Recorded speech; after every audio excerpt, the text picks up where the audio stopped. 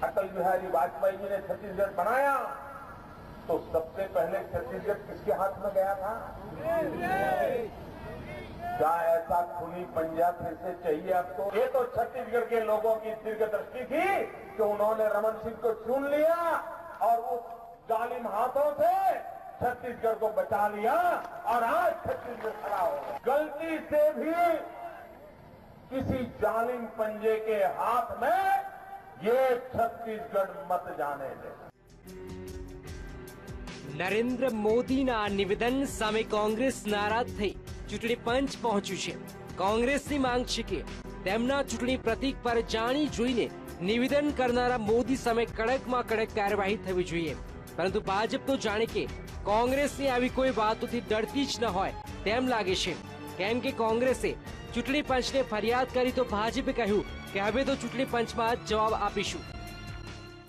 जिम्मेदार यही कांग्रेस पार्टी है। इसी कांग्रेस पार्टी का जो चुनाव निशान पंजा है वही है। आपने जो है उस देश को इन पिछले 10 सालों में देश के आम लोगों का, गरीबों का जीना दूभर कर दिया है। आम आदमी को मौत के मुहाने पर लाकर खड़ा कर दिया है। और ऐसे हालात में अगर आपके पंजे के पर सवालिया निशान खड़ा हो रहा है, कांग्रेस पार्टी पे निशान खड़ा हो रहा है, तो आप तिलमिला रहे हैं।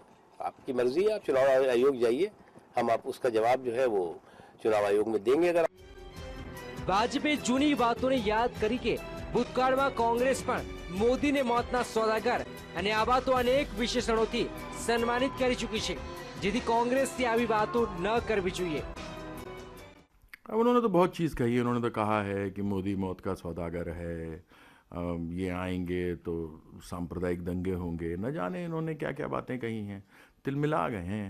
और इसलिए इनकी बात का कोई क्या जवाब देगा।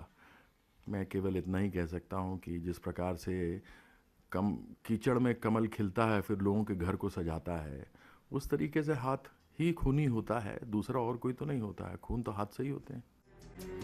ભાજપે થોડા દિવસ પહેલા રાહુલ ગાંધી વિરુદ્ધ ચૂંટણી પંચમાં ફરિયાદ કરી હતી। કોંગ્રેસે રાહુલ ગાંધીને વિવાદાસ્પદ નિવેદન મામલે નિર્દોષ ગણાવ્યા, परंतु मोदी पर भागलावादी राजनीतिનો आरोप लगाव्यो।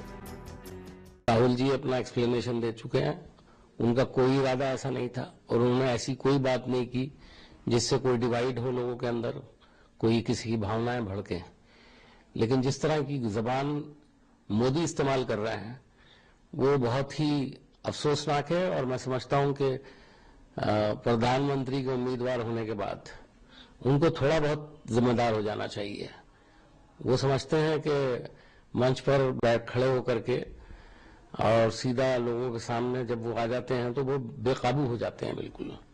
दूसरे उनमें छटपटाहट भी दिखाई देती है और तिलमिलाहट भी दिखाई देती है उनकी।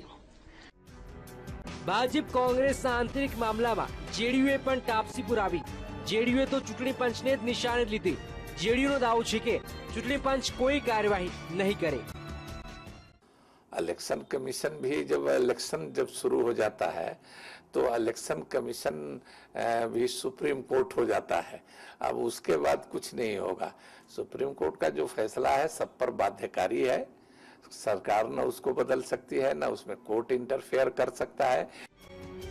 मोदी सामे कांग्रेसे करेली फरियाद पर चूंटणी पंच केवी कार्यवाही करशे ते तो पछी ज खबर पड़शे। परंतु अत्यारे तो કેટલાક नेताओने टाइम पास नो मुद्दो जरूर मळी गयो छे। VTV bureau.